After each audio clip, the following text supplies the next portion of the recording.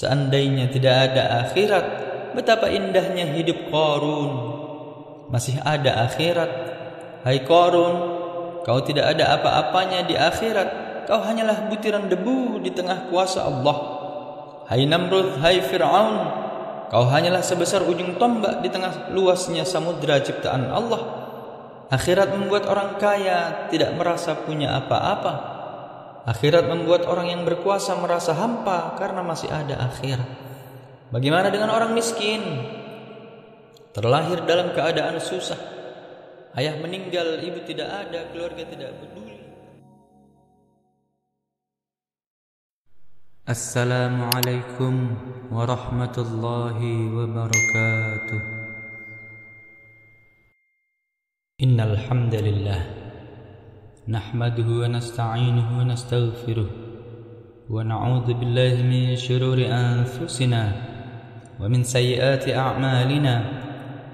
من يهده الله فلا مضل له ومن يضلله فلا هادي له أشهد أن لا إله إلا الله وأشهد أن محمدا عبده ورسوله اللهم صل وسلم على سيدنا محمد وعلى آله وأصحابه ومن تبعهم بإحسان إلى يوم الدين يا أيها الذين آمنوا اتقوا الله حق تقاته ولا تموتن إلا وأنتم مسلمون يا أيها الناس اتقوا ربكم الذي خلقكم من نفس واحدة وخلق منها زوجها وبث منهما رجالا كثيرا ونساء واتقوا الله الذي تساءلون به والأرحام إن الله كان عليكم رقيبا يا أيها الذين آمنوا اتقوا الله وقولوا قولا سديدا يصلح لكم أعمالكم ويغفر لكم ذنوبكم ومن يطع الله ورسوله فقد فاز فوزا عظيما عباد الله أوصيكم ونفسي بتقوى الله وطاعته لعلكم تتقون أما بعد. Hadirin jamaah Jum'ah yang insyaallah dimuliakan oleh Allah. Tidak ada kata yang dapat mewakili nikmat tetesan darah, detak jantung, hembusan nafas, langkah kaki, ayunan tangan. Semua itu hanya dapat dibalas dengan ucapan Alhamdulillah. Tidak ada yang dapat menjalinkan kita dengan beliau yang jauh di sana, di kota Madinah Al-Munawwarah. Beliau tidak pernah melihat wajah kita, tapi beliau selalu memikirkan kita. Kita kirimkan untuknya Allahumma salli ala Sayyidina Muhammad wa ala ali Sayyidina Muhammad. Hadirin jamaah Jum'ah yang dimuliakan Allah, mengapa mesti ada akhirat? Kenapa tidak cukup dengan dunia saja? Itulah yang sedang dipertanyakan oleh golongan ateis. Ateis, keyakinan yang mengatakan tidak ada Tuhan. Bagi mereka dunia inilah segalanya. Tidak ada akhirat, tidak ada surga, tidak ada neraka, tidak ada malaikat, tidak ada roh, dan puncaknya adalah tidak ada Tuhan. Maka Islam memberikan jawaban, kenapa mesti ada akhirat. Orang yang paling kaya yaitu Qarun. Maka bagi Qarun dunia ini adalah segalanya. Tetapi Islam datang, dunia tidak ada apa-apanya.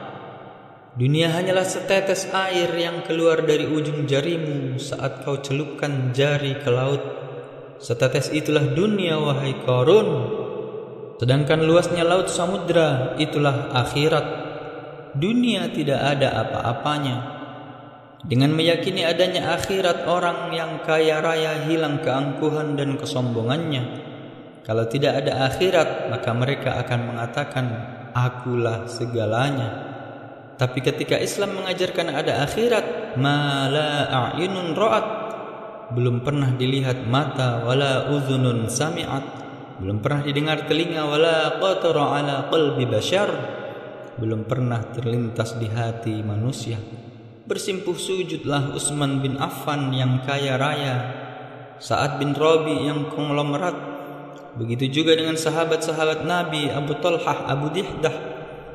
Ternyata apa yang saya terima di dunia ini hanya setengah sayap nyamuk. Begitulah cara Allah menghilangkan keangkuhan, menghilangkan kesombongan. Orang kalau sudah terlalu tinggi jabatan, maka akhirnya dia akan mengatakan bahwa dialah segalanya. Puncaknya dia akan berkata, "Ailahun ghairi, adakah Tuhan selain aku?"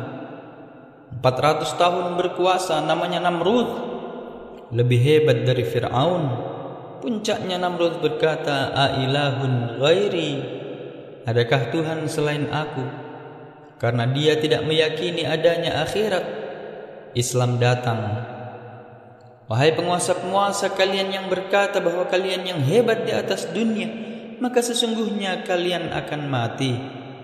Kalaupun kalian berkuasa, itu titipan Allah. Tu'idzu man tasya', Allah mengangkat setinggi-tingginya. Wa tudhillu man tasya', Allah menjatuhkan sehina-hinanya. Akhirnya Namrud yang berkata, "Tidak ada Tuhan selain aku.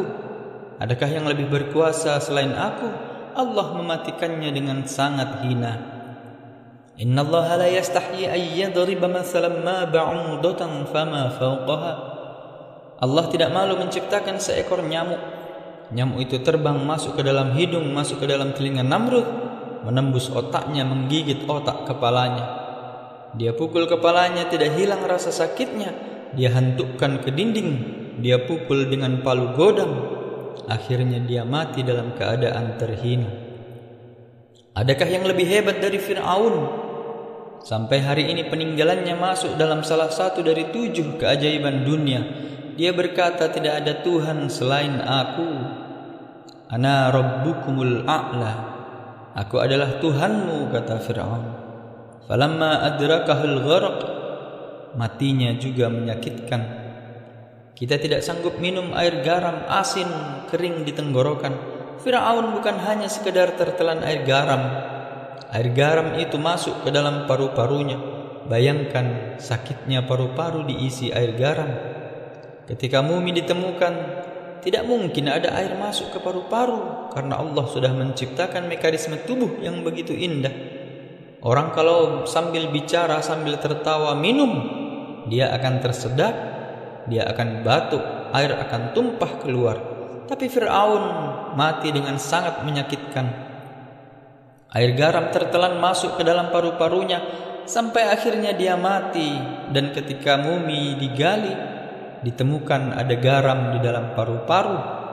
Kematian yang hina, kematian yang sangat menyakitkan, kematian yang tidak ada apa-apanya dibanding dengan kuasa Allah Subhanahu wa ta'ala. Tapi air yang dikatakan bisa mematikan justru menyelamatkan Nabi Musa alaihissalam. Bukankah dulu dia yang mencampakkan Nabi Musa? Bukankah dulu dia yang ingin membunuh Nabi Musa? Ibunya diilhamkan Allah. Wa auhayna ila ummi Musa an ardi'ih. Kalau engkau takut anakmu disembelih Fir'aun, susukan anakmu. La takhafi, jangan kau takut, wala tahzani, jangan kau sedih. Alqihi fil yammi, hanyutkan dia ke sungai. Air tidak bisa membunuh anak kecil, tapi air itulah yang bisa mematikan penguasa yang zalim. Allah punya kuasa, tak ada yang sulit bagi Allah. Innama amruhu idza arada syai'an ay yaqula lahu kun fayakun. Seandainya tidak ada akhirat, betapa indahnya hidup Namrud. Seandainya tidak ada akhirat, betapa indahnya hidup Fir'aun. Seandainya tidak ada akhirat, betapa indahnya hidup Qarun. Masih ada akhirat. Hai Qarun, kau tidak ada apa-apanya di akhirat. Kau hanyalah butiran debu di tengah kuasa Allah. Hai Namrud, hai Fir'aun, kau hanyalah sebesar ujung tombak di tengah luasnya samudra ciptaan Allah. Akhirat membuat orang kaya tidak merasa punya apa-apa. Akhirat membuat orang yang berkuasa merasa hampa karena masih ada akhirat. Bagaimana dengan orang miskin? Terlahir dalam keadaan susah. Ayah meninggal, ibu tidak ada, keluarga tidak peduli, teraniaya, terzalimi. Orang Islam tidak akan putus asa. Kenapa? Masih ada harapan. Masih ada akhirat. Begitulah Allah ciptakan akhirat supaya dia menjadi bagian dari harapan. Manusia bisa hidup 3 hari kalau tidak ada air. Orang bisa hidup 3 bulan kalau tidak ada makanan pokok, tidak ada padi, tidak ada jagung. 3 bulan ke depan orang masih bisa hidup. Tapi kalau orang sudah tidak ada harapan, dia putus asa, dia akan bunuh diri. Mengapa bunuh diri? Tidak ada harapan. Karena menganggap tidak akan punya masa depan. Tapi karena Islam, penggali kabel optik, dari mulai jam 6 pagi menggali tanah sampai tenggelam matahari, gaji yang dia harapkan hanya 50.000 per hari. Sampai masa gajian, gajinya pun diambil oleh pemborong, oleh orang kaya, oleh mandor. Dia tetap tersenyum. Kenapa? Masih ada akhirat. Di akhirat nanti baru nampak siapa yang berkuasa. Itu yang dia ucapkan 17 kali sehari semalam. Subuh 2 kali, zuhur 4 kali, asar 4 kali, maghrib 3 kali, isya 4 kali. Maliki yaumiddin. Malik, engkau yang memiliki. Yaumiddin, hari pembalasan, hari akhirat. Hai orang zalim, hai orang yang memakan gaji karyawan, hai orang yang tidak mau berzakat, hai orang yang tidak peduli kepada fakir miskin. Maliki yaumiddin. Ada akhirat. Dunia ini hanya sekejap sementara. Umur umat Nabi Muhammad sallallahu alaihi wasallam antara 60 tahun sampai 70 tahun. Tapi akhirat khalidina fiha abada, kekal selama-lamanya. Begitulah Allah menciptakan ada akhirat supaya yang hidup jangan putus asa, supaya yang kaya jangan bangga, supaya yang punya kuasa jangan semena-mena, supaya yang susah jangan berkeluh kesah. Yang susah tetap bisa tersenyum, karena sesusah-susahnya di dunia masih ada harapan bahagia di akhirat. Yang kaya tidak boleh semena-mena, karena nanti akan dituntut di hadapan Allah. Faman ya'mal mithqala dzarratin khairan yarah. Sebesar biji sawi, sebesar ujung rambut, sebesar tapak kaki semut yang hitam, akan dituntut pertanggungjawaban di hadapan Allah Subhanahu wa ta'ala. Itulah mengapa salah satu rukun iman beriman kepada hari akhir, bahwa dunia ini akan berakhir. Kita akan diminta tanggung jawab di hadapan Allah. Kullukum min Adam. Semua kamu dari Adam, wa Adam min turab. Dan Adam dari tanah. Akan kembali ke dalam tanah, akan dimakan cacing tanah, akan diminta tanggung jawab di hadapan Allah Subhanahu wa ta'ala. Datang Asi bin Wa'il membawa tulang kering yang sudah menyatu dengan tanah. Dia bertanya kepada Nabi Muhammad, "Ayyuhyi rabbuka hadzal 'azama ba'dama balya ramam?" Apakah Tuhanmu bisa menghidupkan tulang yang sudah kering, hancur berkeping ini? Qul, katakan ya Muhammad, yuhyiha alladhi ansha'aha awwala marrah. Dia yang akan menghidupkan tulang itu kembali karena dialah yang menciptakan pertama kali. Sebelum ada dibuatnya menjadi ada, setelah ada dibuatnya menjadi tiada, setelah tiada dibuatnya kembali menjadi ada. Itulah dia. Islam datang memberikan kepuasan baru kepada manusia. Kepuasan akal, kepuasan ingin mengoleksi perempuan, kepuasan ingin memperbanyak kekuasaan, ingin mengoleksi kekayaan.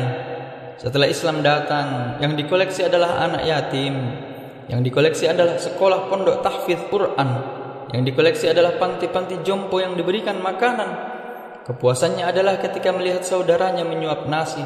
Datang seorang laki-laki mengadu, "Ya Rasulullah, hatiku sangat keras, tak bisa menerima nasihat."